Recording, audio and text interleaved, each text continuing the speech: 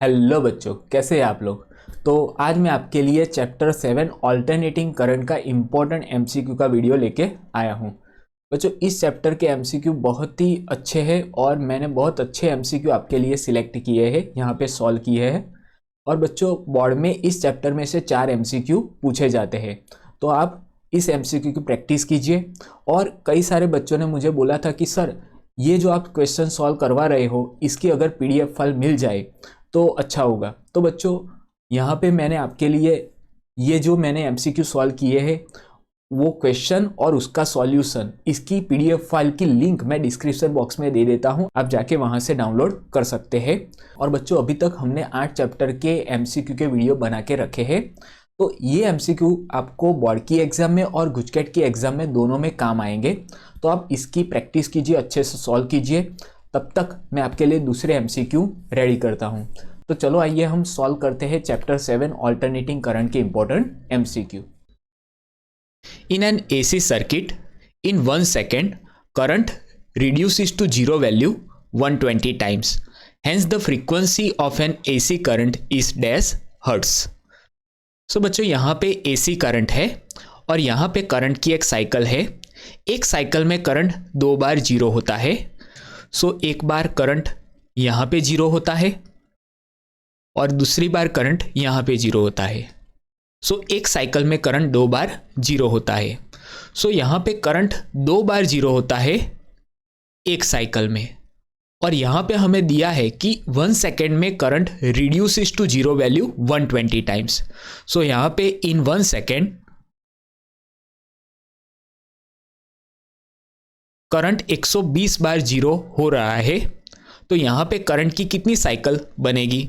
तो यहाँ पे करंट की साइकिल बनेगी 120 डिवाइड बाय 2, यानी यहाँ पे बनेगी 60 साइकिल्स। सो यहाँ पे 1 second में 60 साइकिल्स बनेगी, और हमें पता है कि number of cycles in 1 second, जिसे हम फ्रीक्वेंसी बोलते हैं, तो यहाँ पे फ्रीक्वेंसी होगी F equals to 60 cycles per second, जो होगा 60 हर्ट्स। सो यहाँ पे frequency equals to 60 hertz. So option C is the correct answer. In LR AC circuit at time t, current is I and time rate of change of current is di by dt. What will be the potential difference between the two ends of the inductor? So बच्चों, यहाँ पे एक LR circuit है और एक particular time t पे circuit में जो करंट फ्लो कर रही है वो है I, और टाइम के साथ जो करंट चेंज हो रही है वो है di by dt. सो हमें बताना है कि इस इंडक्टर के अक्रॉस पोटेंशियल डिफरेंस कितना बनेगा। सो हमने थियरी में पढ़ा है कि इंडक्टर के अक्रॉस जो पोटेंशियल डिफरेंस बनेगा, जिसको हम सेल्फ इंड्यूस ईएमएफ बोलते हैं, और उसकी वैल्यू होगी VL equals to L DI upon DT। So यहाँ पे option A is the correct answer. On decreasing the angular frequency of AC source used in LCR series circuit, the capacitive reactance dash and inductive reactance dash. So बच्चों, जब हम angular frequency को decrease करते हैं तो capacitive reactance और inductive reactance का क्या होगा वो हमें बताना है। सो बच्चों, कैपेसिटिव रिएक्टेंस और इंडक्टिव रिएक्टेंस के फॉर्मूला हमें पता होने चाहिए। सो यहाँ पे कैपेसिटिव रिएक्टेंस है, capacitive reactance XC equals to 1 upon omega C, और जो इंडक्टिव रिएक्टेंस है, inductive reactance XL equals to omega L। So बच्चों, यहाँ पे हम एंगुलर फ्रीक्वेंसी को डिक्रीज कर रहे हैं, तो जब हम एंगुलर फ्रीक्वेंसी को डिक्रीज करेंगे तब कैपेसिटिव रिएक्टेंस इंक्रीज होगा, क्योंकि यहाँ capacitive reactance and angular frequency inversely related है। सो यहाँ पे हम एंगुलर फ्रीक्वेंसी को डिक्रीज करेंगे तो जो कैपेसिटिव रिएक्टेंस है XC वो इंक्रीज होगा, और यहाँ पे जब हम एंगुलर फ्रीक्वेंसी को डिक्रीज करेंगे तो जो इंडक्टिव रिएक्टेंस है एक्सएल वो भी डिक्रीज होगा, क्योंकि यहाँ पे XL and omega directly proportionate में है। सो यहाँ पे जब हम एंगुलर फ्रीक्वेंसी को डिक्रीज करेंगे तब कैपेसिटिव रिएक्टेंस इंक्रीज होगा एंड इंडक्टिव रिएक्टेंस डिक्रीज होगा। सो यहाँ पे option A is the correct answer. The value of Q factor in an LCR series circuit is dash. So बच्चों यहाँ पे एलसीआर सीरीज सर्किट में जो क्यू फैक्टर है उसकी वैल्यू किस पे डिपेंड करती है। सो इसके लिए पहले हम क्यू फैक्टर का इक्वेशन लिखेंगे। So Q factor equals to 1/r under root L upon C। So बच्चों यहाँ पे आप फॉर्मूला में देख सकते हैं कि जो क्यू फैक्टर का फॉर्मूला है वो R, L एंड C तो सर्किट के तीनों कंपोनेंट पे डिपेंड करता है। सो यहाँ पे हमारा आंसर आएगा the value of Q factor dependent on the value of all three components L, R and C। सो यहाँ पे ऑप्शन बी है वो करेक्ट आंसर है। V and I are given by the following equation in an AC circuit. V equals to 100 sin 100t volt and I equals to 100 sin 100t plus pi by 3 milliampere. The power in the circuit is equals to dash watt. So बच्चों यहाँ पे हमें voltage और current का equation given है और हमें circuit में पावर कितना है वो फाइंड करना है। सो यहाँ पे पहले हम वोल्टेज का इक्वेशन लिखते हैं। V equals to 100 sine 100t volt, जिसको हम कंपेयर करेंगे V equals to Vm sine omega t के साथ। सो कंपेयर करने के बाद हमें मिलेगा Vm इक्वल्स टू 100 वोल्ट। अब हम करंट का इक्वेशन लिखेंगे I equals to 100 sine 100t plus pi by 3 milli ampere, जिसको हम कंपेयर करेंगे I equals to Im sine omega t plus pi by 3 के साथ। जब हम कंपेयर करेंगे तब हमें Im की वैल्यू मिलेगी Im equals to 100 milli ampere.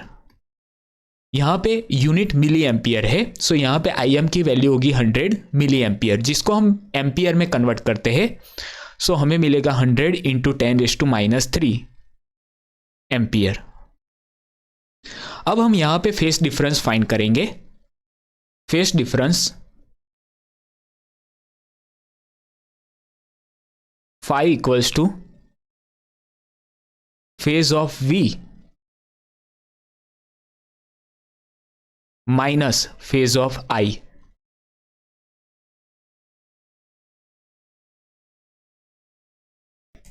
So बच्चों यहां पे जो V का फेज है वो है ओमेगा टी और जो I का फेज है वो है omega t plus pi by 3।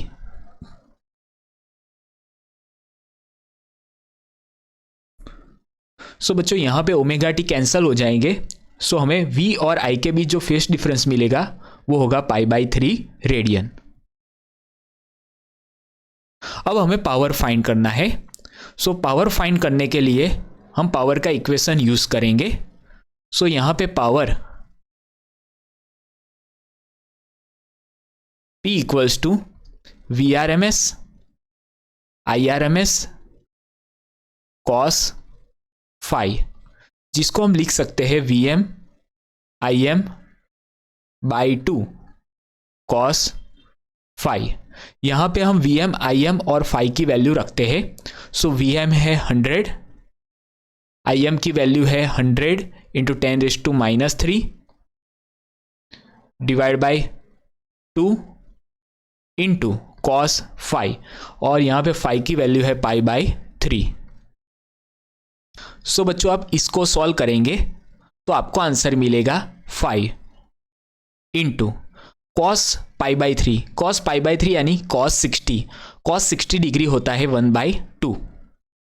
सो ये आंसर मिलेगा आपको 2.5 वॉट। सो पावर का आंसर मिला आपको 2.5 वॉट। सो यहाँ पे power in the circuit is 2.5 watt. Option C is the correct answer. Current of 50 upon pi hertz frequency is passing through an AC circuit having a series combination of resistance R equals to 100 ohm and inductance L equals to 1 Henry.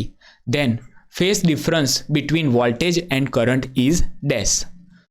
So बच्चों यहाँ पे एक RL circuit है और यहाँ पे current की frequency given है। सो हमें फाइंड करना है phase difference between voltage and current. So यहाँ पे हमें डेटा गिवन है, फ्रीक्वेंसी है F equals to 50 upon pi hertz,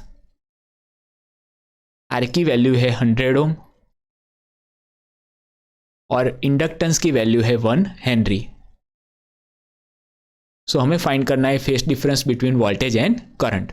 so RL circuit में जो फेस डिफरेंस होता है उसका फॉर्मूला है, इन आरएल सर्किट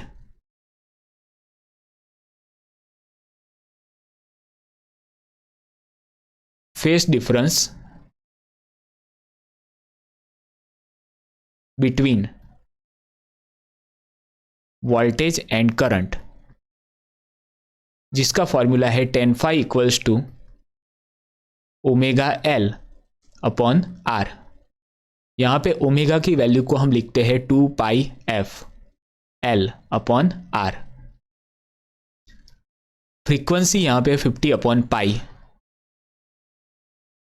इंडक्टेंस की वैल्यू है एल इक्वल्स टू 1 और रेजिस्टेंस की वैल्यू है R इक्वल्स टू 100।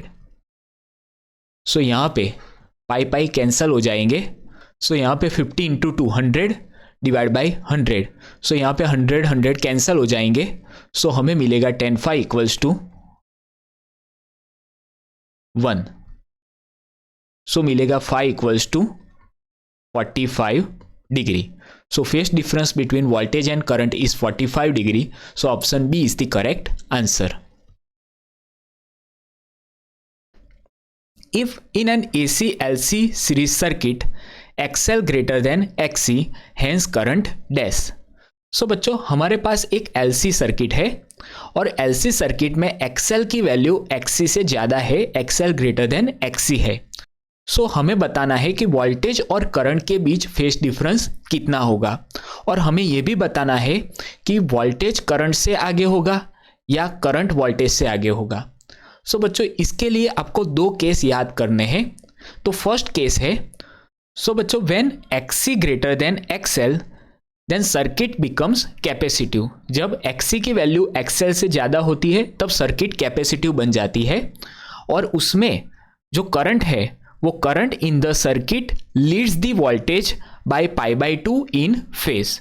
जो करंट है वो वोल्टेज से π/2 फेज जितना आगे होता है। तो XC ग्रेटर देन XL होता है तब करंट की वैल्यू वोल्टेज से π/2 फेज आगे होती है और जब XL ग्रेटर देन XC होता है तब सर्किट बिकम्स इंडक्टिव और उसमें जो करंट है वो current in the circuit lags behind the voltage by π/2 in phase.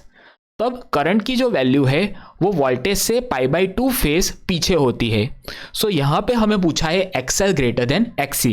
So current की जो वैल्यू है वो है lag behind the voltage by π/2 in phase. So option A is the correct answer. What is the RMS value of the current for an AC current I equals to 100 cos 200t plus 45 degree ampere. So बच्चों यहाँ पे हमें current की RMS value find करनी है। So यहाँ पे current का इक्वेशन है और करंट का इक्वेशन है I equals to 100 cos 200t plus 45 degree ampere, जिसको हम कंपेयर करते हैं I equals to Im cos omega t plus 5। So हम इसको इस इक्वेशन से कंपेयर करते हैं तब हमें Im की वैल्यू मिलेगी और जो Im की वैल्यू है वो है Im equals to 100 ampere. So यहाँ पे हमें मैक्सिमम करंट की वैल्यू मिल गई। अब हमें आरएमएस करंट की वैल्यू फाइंड करनी है। तो हम इक्वेशन यूज करेंगे IRMS equals to IM upon √2, और यहाँ पे IM की वैल्यू है 100 डिवाइड बाय √2। सो यहाँ पे 100 का मतलब है, सो इसको हम लिख सकते हैं 50 इंटू 2 डिवाइड बाय √2। सो यहाँ पे एक √2 कैंसल हो जाएगा, सो हमें मिलेगा 50 √2 एम्पियर। सो IRMS की वैल्यू मिली 50 √2। So option A is the correct answer. Resonance frequency for LCR AC series circuit is F0 equals to dash। सो बच्चों यहाँ पे सिंपल हमें रेजोनेंस फ्रीक्वेंसी का फॉर्मूला पूछा है। सो रेजोनेंस फ्रीक्वेंसी का फॉर्मूला होगा रेजोनेंस फ्रीक्वेंसी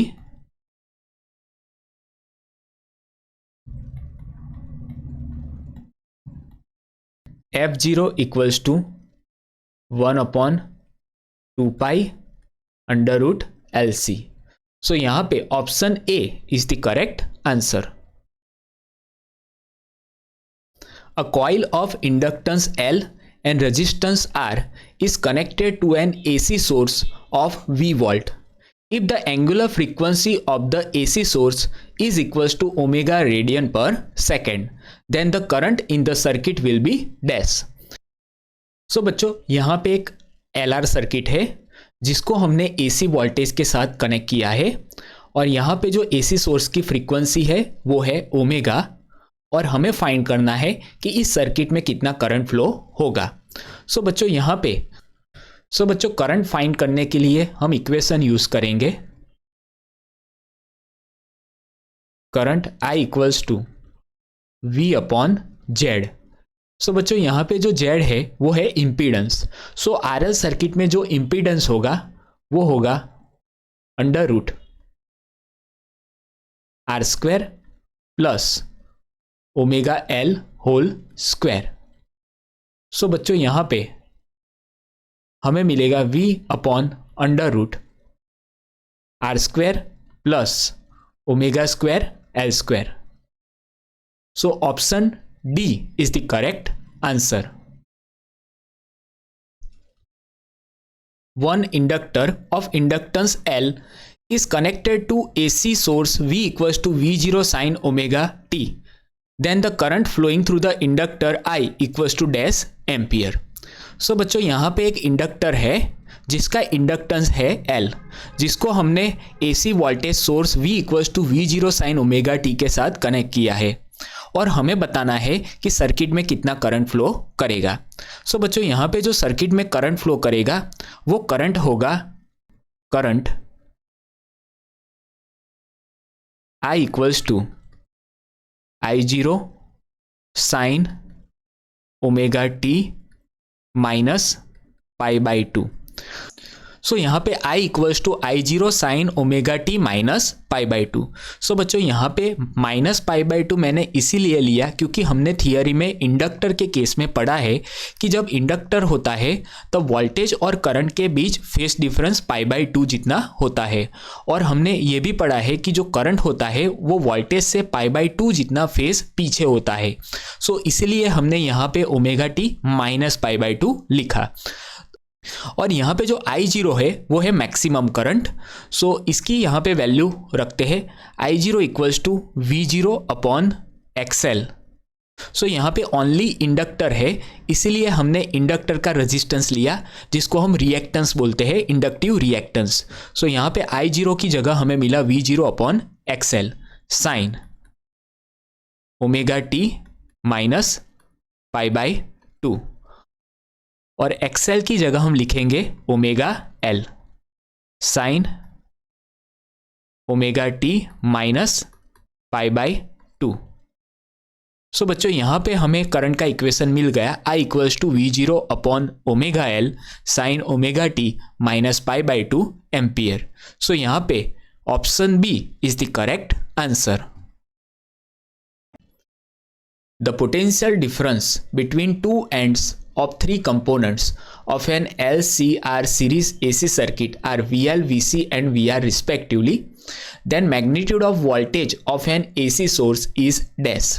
सो बच्चों यहाँ पे R, L and C series connection में है और इसको हमने AC वोल्टेज सोर्स के साथ कनेक्ट किया है और R, L एंड C के अक्रॉस जो पोटेंशियल डिफरेंस है वो है VR, VL एंड VC। तो हमें फाइंड करना है कि ये जो AC वोल्टेज सोर्स है इसका मैग्नीट्यूड कितना होगा वो हमें फाइंड करना है। तो हमने ये थियरी में पढ़ा है कि यहाँ पे जो VL एंड VC है वो आउट ऑफ फेज होते हैं, तो इसके बीच जो फेज डिफरेंस होगा वो 180 डिग्री का होगा। सो VL एंड VC का आप रिजल्टेंट निकालेंगे तो आपको मिलेगा VL माइनस VC। सो यहाँ पे VL ग्रेटर देन VC होगा तो आपको मिलेगा VL माइनस VC, अगर VC ग्रेटर देन VL होगा तो आपको मिलेगा VC माइनस VL। तो यहाँ पे हमने माना है कि VL ग्रेटर देन VC है तो इसका रिजल्टेंट मिलेगा VL माइनस VC। अब यहाँ पे VR and VL minus VC का आप रिजल्टेंट निकालेंगे यूजिंग पैरेललोग्राम मेथड तो आपको AC वोल्टेज सोर्स का मैग्नीट्यूड मिलेगा। सो यहाँ पे magnitude of AC voltage source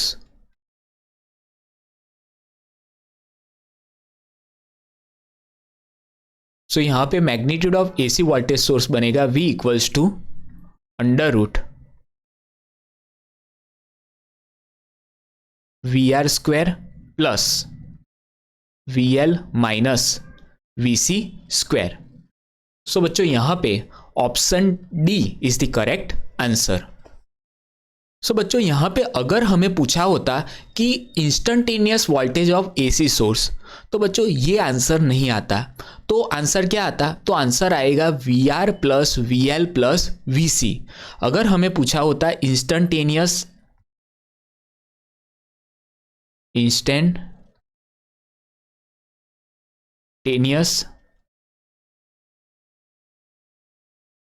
voltage of an AC source तो आंसर आता V equals to VR plus VL plus VC। तो बच्चों ये आंसर आता option A. An alternating voltage given as V equals to 200 root 2 sin 100t volt is applied to a capacitor of 1 microfarad. The current reading of the ammeter will be equals to dash milliampere. सो बच्चों यहाँ पे एक capacitor है 1 माइक्रोफैराडे का और जिसको हमने AC voltage source के साथ कनेक्ट किया है, तो एमीटर में करंट की रीडिंग क्या होगी वो हमें फाइंड करना है। सो यहाँ पे कैपेसिटेंस की वैल्यू है 1 माइक्रोफैराड जो होगा 10⁻⁻⁶ फैराड और यहाँ पे हमारे पास वोल्टेज का इक्वेशन है V equals to 200 root 2 sine 100t। इसको हम कंपेयर करेंगे V equals to VM sine omega t. So इसके साथ हम कंपेयर करेंगे तो हमें मिलेगा VM equals to 200 root 2 volt and हमें ओमेगा मिलेगा 100 रेडियन पर सेकेंड। सो यहाँ पे हमें फाइंड करना है current reading of the ammeter. So current reading of the ammeter. So बच्चों यहाँ पे आपको एक फैक्ट पता होनी चाहिए कि जो एमीटर है वो RMS value of current measure करता है, वो instantaneous value of current measure नहीं करता है। तो यहाँ पे हमें पूछा है current reading of the ammeter, so हमें पूछा है RMS वैल्यू ऑफ करंट क्योंकि एमीटर है वो RMS करंट मेजर करता है। सो यहाँ पे IRMS हमें पूछा है। सो IRMS इक्वल्स टू इक्वेशन होगा IM अपॉन रूट 2 और IM की जो वैल्यू है इसको हम लिख सकते हैं IM equals to VM upon XC क्योंकि यहाँ पे ओनली कैपेसिटर है। सो कैपेसिटर का कैपेसिटिव रिएक्टेंस होगा XC इंटू 1 अपॉन रूट 2। और XC की वैल्यू हमें पता है, XC होता है, XC की वैल्यू होती है 1/ω/c। सो यहां पे हम रखते हैं XC की वैल्यू 1/ω/c इंटू 1/√2। यहां पे ω/c ऊपर चला जाएगा, सो हमें मिलेगा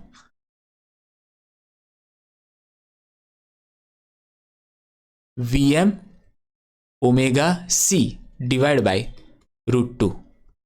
सो Vm की वैल्यू है 200√2, ओमेगा की वैल्यू है 100 और C की वैल्यू है 10⁻⁻6 डिवाइड बाय √2। सो यहां पे √2 कैंसल हो जाएंगे। सो हमें आंसर मिलेगा IRMS equals to 20 milli ampere. So यहां पे option B is the correct answer. The output power in step up transformer is dash. So बच्चों, हमने थियरी में पढ़ा है कि जो आउटपुट पावर है वो always less than input power होता है। तो चाहे वो स्टेप अप ट्रांसफार्मर हो या फिर स्टेप डाउन ट्रांसफार्मर हो, output power always less than input power होता है। सो यहां पे हमारा करेक्ट आंसर आएगा output power in a step up transformer is less than input power. So option D is the correct answer. Which device is used to increases or decreases an AC voltage? सो बच्चों, AC voltage को increase और decrease करने के लिए हम कौन से device use करते हैं? सो बच्चों, AC वोल्टेज को इंक्रीज और डिक्रीज करने के लिए हम ट्रांसफार्मर को यूज करते हैं। सो यहाँ पे सही आंसर है ऑप्शन सी, ट्रांसफार्मर। सो यहाँ पे दो टाइप के ट्रांसफार्मर है, एक है स्टेप अप ट्रांसफार्मर और दूसरा है step down transformer. Step up transformer से हम वोल्टेज को इंक्रीज करते हैं, स्टेप अप ट्रांसफार्मर से हम वोल्टेज को इंक्रीज करते हैं और स्टेप डाउन ट्रांसफार्मर से हम वोल्टेज को डिक्रीज करते हैं। सो वोल्टेज इंक्रीज करने के लिए हम स्टेप अप ट्रांसफार्मर यूज करते हैं एंड वोल्टेज को डिक्रीज करने के लिए हम स्टेप डाउन ट्रांसफार्मर यूज करते हैं। For a step down transformer, the value of transformation ratio is dash. So बच्चों, जो ट्रांसफॉर्मेशन रेशियो होता है वो होता है ट्रांसफॉर्मेशन रेशियो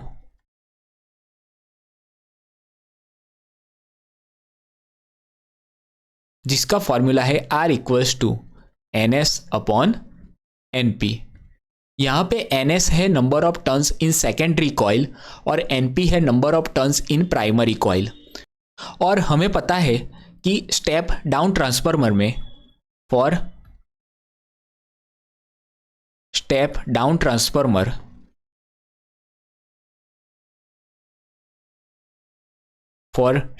ट्रांसफार्मर जो number of turns in secondary होते हैं वो less than number of turns in primary होती है। सो NS लेस देन NP होता है। तो यहां पे हम NP को इस साइड ले आते हैं, तो NS/NP होगा लेस देन 1 और NS/NP जो है वो है R, जिसको हम ट्रांसफॉर्मेशन रेशियो बोलते हैं। सो यहां पे for step down transformer R की वैल्यू होगी R less than 1। So option B is the correct answer. If for an ideal step up transformer current in primary is IP and current in secondary is IS, the respective voltages are VP and VS, then dash. So बच्चों, ideal transformer में for ideal transformer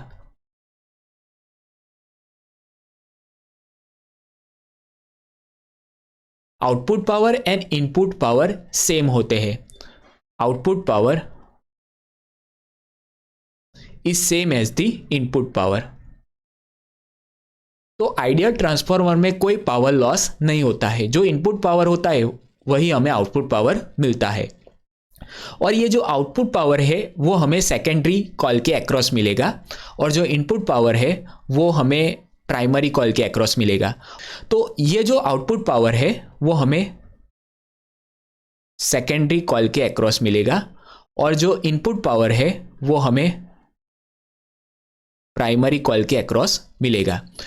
और power का formula है VI।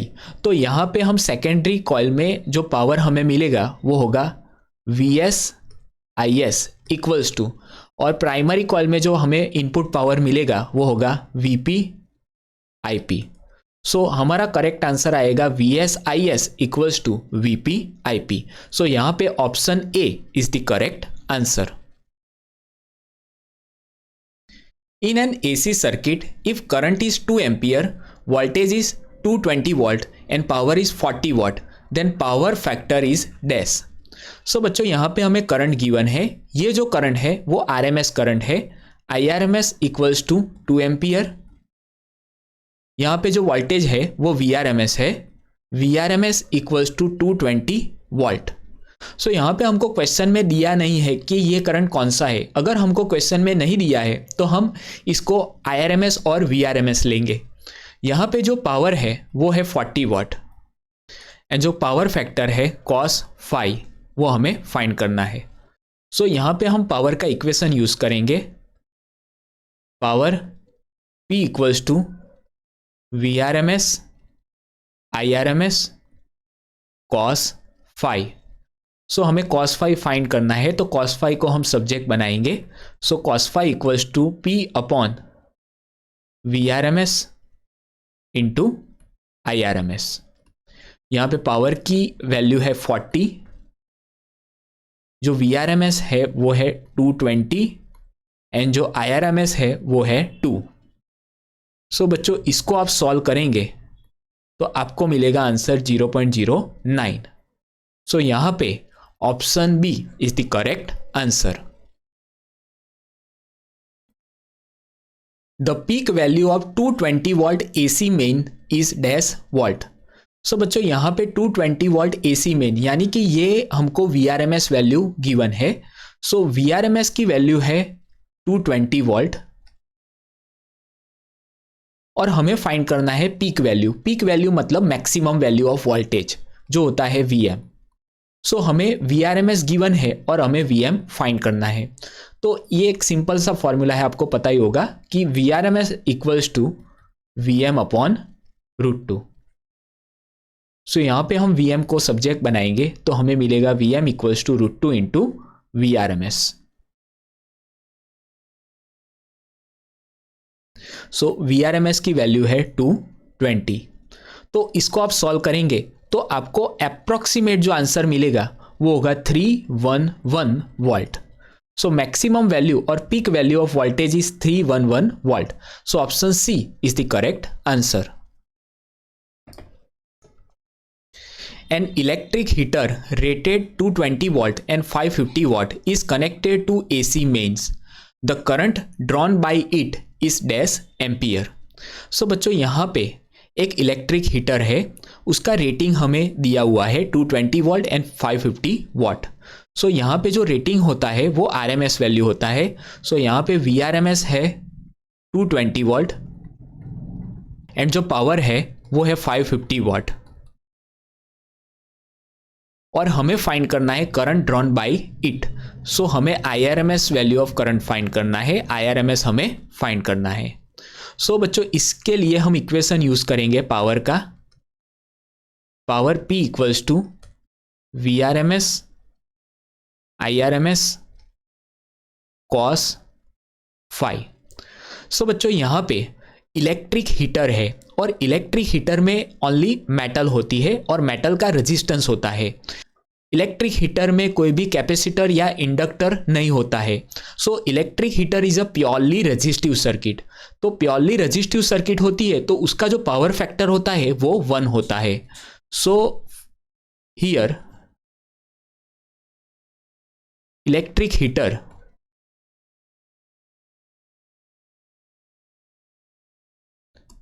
is a purely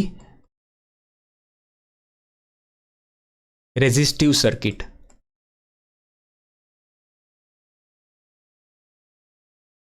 और for purely resistive circuit power factor होता है cos phi equals to 1। cos phi की value हम यहाँ पे 1 रखते हैं तो हमें मिलेगा P equals to VRMS into IRMS।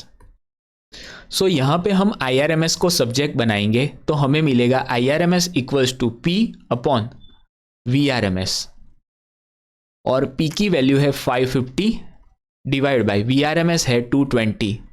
तो इसको आप सॉल्व करेंगे तो आपको आंसर मिलेगा 2.5 एम्पियर। सो यहाँ पे option B is the correct answer. An AC generator produces an output voltage V equals to 170 sin 377t volt where t is in second. What is the frequency of an AC voltage? So बच्चों यहाँ पे AC generator output voltage produce करता है जिसका formula है V equals to 170 sin 377t, और हमें find करना है फ्रीक्वेंसी ऑफ AC वोल्टेज। सो बच्चों फ्रीक्वेंसी फाइंड करने के लिए पहले हम इस इक्वेशन को लिखते हैं यहाँ पे V equals to 170 sine 377 into t volt. So बच्चों इसको हम पहले कंपेयर करेंगे V equals to VM sine omega t. So इसके साथ हम कंपेयर करेंगे तो हमें ओमेगा की वैल्यू मिलेगी। जो हमें ओमेगा मिलेगा वो होगा omega equals to 377 radian per second, और यहाँ पे हमें फ्रीक्वेंसी फाइंड करनी है। सो ओमेगा का फॉर्मूला हम यूज़ करेंगे, omega equals to 2πf equals to 377। So हम f को सब्जेक्ट बनाएंगे तो हमें मिलेगा 377 divide by 2π। So 377 divide by 2π की वैल्यू है 3.14। सो यहाँ पे इसको आप सॉल्व करेंगे तो आपको अप्रोक्सीमेट आंसर मिलेगा 60 हर्ट्ज। सो यहाँ पे option C is the correct answer. An AC supply gives 30 volt which passes through a 10 ohm resistance. What is the power dissipated in it? So बच्चों यहाँ पे AC वोल्टेज है 30 volt जो होता है VRMS। सो VRMS है 30 volt और resistance की वैल्यू है R इक्वल्स टू 10 ओम, और हमें फाइंड करना है पावर डिसिपेटेड।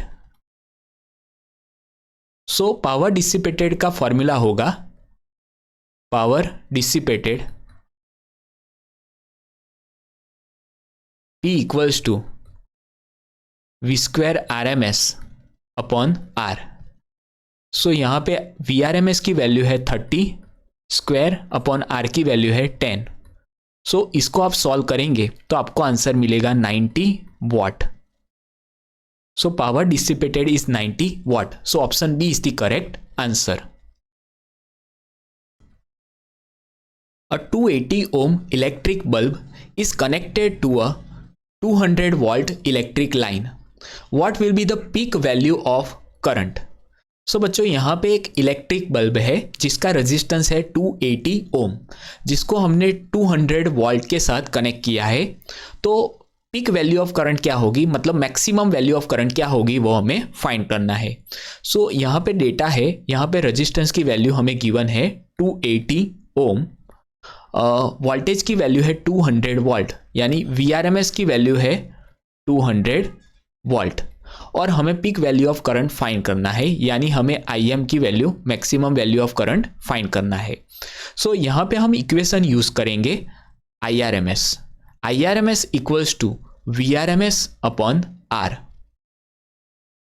और यहाँ पे IRMS को हम लिख सकते हैं IM upon √2 equals to VRMS upon R। So IM को हम सब्जेक्ट बनाएंगे तो हमें मिलेगा VRMS upon R into √2। VRMS की वैल्यू है 200, R की वैल्यू है 280 इंटू √2। सो बच्चों इसको आप सॉल्व करेंगे तो आपको आंसर मिलेगा 1.01 एम्पियर। सो बच्चों यहाँ पे पीक वैल्यू ऑफ करंट होगा about 1 ampere. So option A is the correct answer.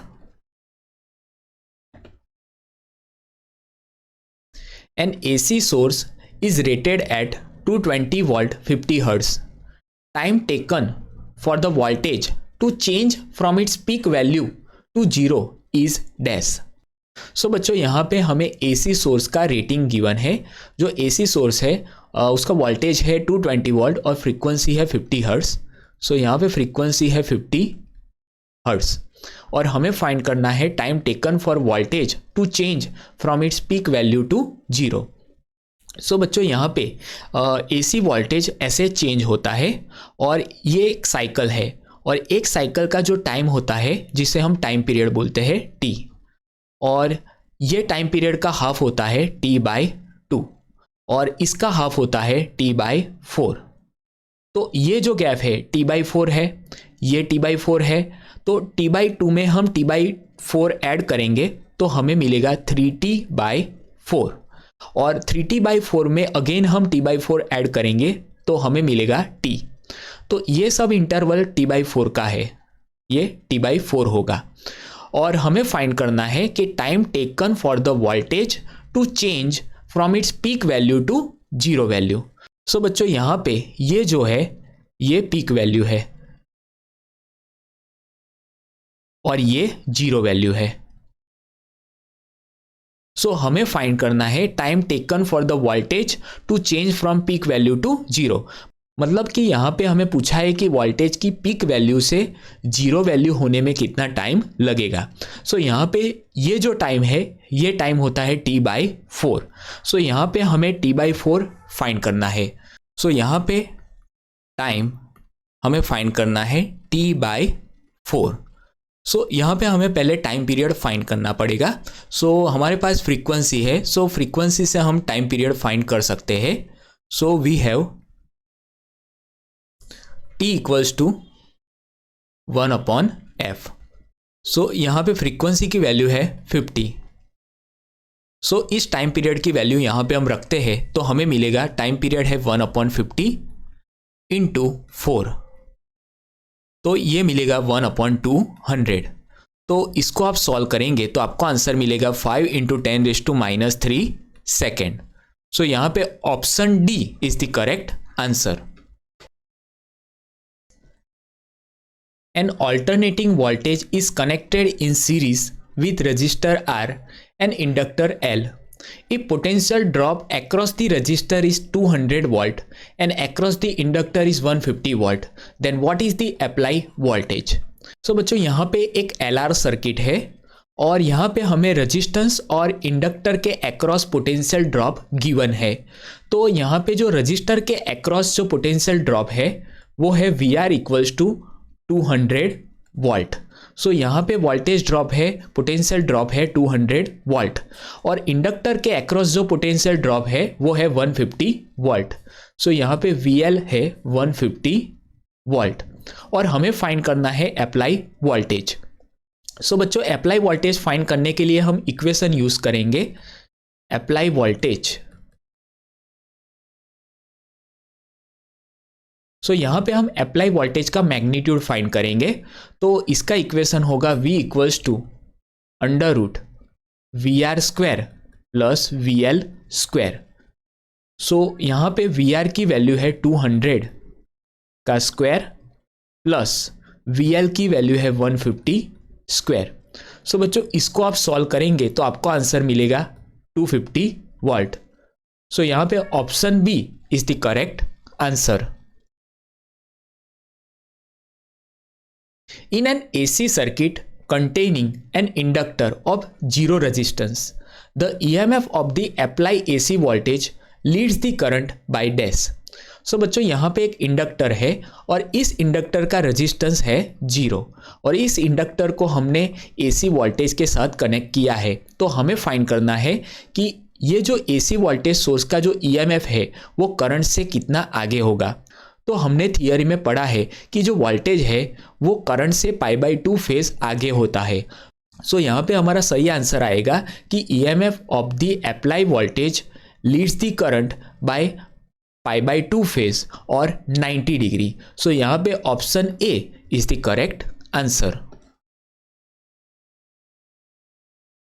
The power factor of an LCR circuit at resonance is dash.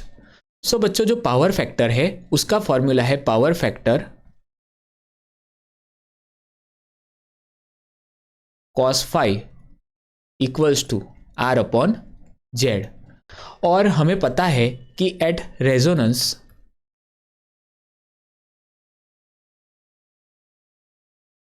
Z equals to R होता है। सो यहां पे हम जेड की वैल्यू लिखेंगे आर। सो पावर फैक्टर हमें मिलेगा cos phi equals to R upon R. So यहां पे आर आर कैंसल हो जाएंगे, तो हमें मिलेगा cos phi equals to 1। So यहां पे एट रेजोनेंस पावर फैक्टर की वैल्यू होगी 1। So option B is the correct answer. What is the average power dissipation in a pure capacitive AC circuit? सो बच्चों, हमने थियरी में पढ़ा है कि जो प्योर कैपेसिटिव सर्किट होती है उसमें कोई भी पावर डिसिपेशन नहीं होता है। सो यहाँ पे power dissipation in purely capacitive circuit is 0। सो यहाँ पे option D is the correct answer. If the capacity of a pure capacitor is 1 farad in DC circuit, then what will be its effective resistance? So बच्चों, यहाँ पे एक capacitor है जिसका capacitance है 1 farad, और इस कैपेसिटर को हमने डीसी सर्किट के साथ कनेक्ट किया है, तो हमें फाइंड करना है इसका इफेक्टिव रेजिस्टेंस। सो प्योरली कैपेसिटिव सर्किट में जो इफेक्टिव रेजिस्टेंस होता है वो होता है एक्सी, कैपेसिटिव रिएक्टेंस। सो यहाँ पे हमें कैपेसिटिव रिएक्टेंस पूछा है। सो कैपेसिटिव रिएक्टेंस का फॉर्मूला होगा कैपेसिटिव रिएक्टेंस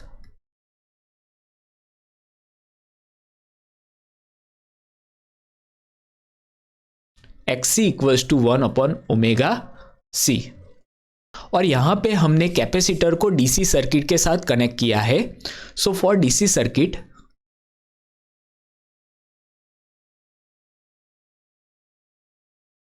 तो फॉर डीसी सर्किट के लिए जो फ्रीक्वेंसी और एंगुलर फ्रीक्वेंसी होती है वो 0 होती है।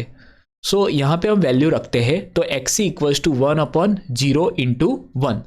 सो हमें आंसर मिलेगा इनफाइनाइट। सो इफेक्टिव रेजिस्टेंस होगा infinite. So option B is the correct answer. For high frequency a capacitor offers dash. So बच्चों, हाई फ्रीक्वेंसी के लिए कैपेसिटर इनमें से क्या ऑफर करेगा? Capacitor offers more reactance, less reactance, zero reactance और infinite reactance. So इसके लिए हम कैपेसिटिव रिएक्टेंस का फॉर्मूला यूज करेंगे। सो कैपेसिटिव रिएक्टेंस का फॉर्मूला है XC equals to 1 upon omega C. So बच्चों, यहाँ पे XC and omega are inversely related to each other. तो जब हम हाई फ्रीक्वेंसी यूज करेंगे तब एक्सी की वैल्यू कम होगी, मतलब कि जो कैपेसिटिव रिएक्टेंस होगा वो कम होगा। So for high frequency capacitor offers less reactance. So यहाँ पे option B is the correct answer.